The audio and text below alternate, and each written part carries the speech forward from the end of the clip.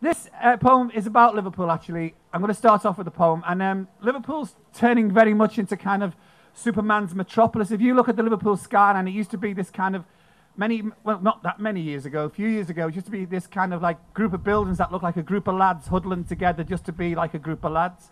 Now it looks like Superman's metropolis. Some people like it. I don't. I don't like all these spires of steel and chrome. They don't do it for me. So this poem is about the Liverpool that I know, the Liverpool that I grew up in. Some might say you are just an old archivist, Gerry Potter. And they would be right. This poem is about archiving memories. It's about the memories of memories. It's called In a Liverpool Moment, If I Remember It. Written in glaciers, parables encased in north wind whispers. It reads, blood in the sea, blood in the vein. It rauks the holes of the invincible like a laugh ripping through a wake. In God it trusts and dodges the rent. Boasts wicked truth in the most cruel jokes and the blam splat pow of their punchlines. Not only poets see the lyrics in its industry. Ask the wasted and jailed. They hum in sing-song the tune of its decay. Black as the 50s, tar and pitch, a violent playground, colour sound pouring like hymns through stained glass windows. The filterless smoke of woodbines, batons loose in the mouths of Marxists, gobbing off with faith of atheists. They booze in the company of the aged with accordions, harmonicas, orchestrating a blueprint for the world. God walked out on everybody. Bastard. A bad bet in too much debt.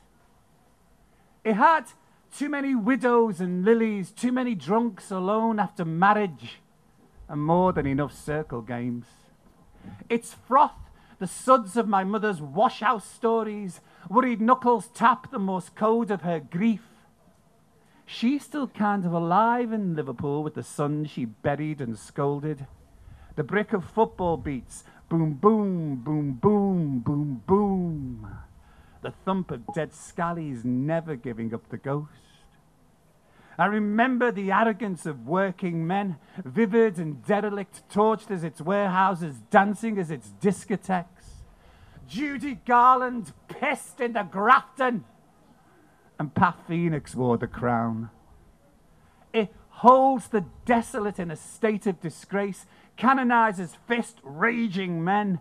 They are the saints of sin. Hard girls touch you up at the back of Mass. The never erosion of the Mersey, lapping up wisdom in fortune cookies, where the world held its breath and promises. The Chinese, most silent of its riots. Treaser and Bunny King, glamorous babysitters, Catholic as their accents, red as Rita Hayworth. They swung high on rope from a fourth-floor arch. You could see their knickers and socks, hear liberation in their screams. A stolen car in Smackhead Street burns like a candle at a vigil. Cold hands swarm confidently on its flames. Stories are exchanged about how easy it is to rob the docks. Rotten in the Curzon. 5:30 Thursday afternoon, other pubs are shut. The millionaires in trumpeting money and champagne. The sounds of screeching choral. Half-cooked queens full of poppers, Bananarama and sex. There's a graffiti of rent boys who keep taking the tablets. Thou shalt boogie, and boogieing must be done. Parting waves on the dance floor, all out at sea.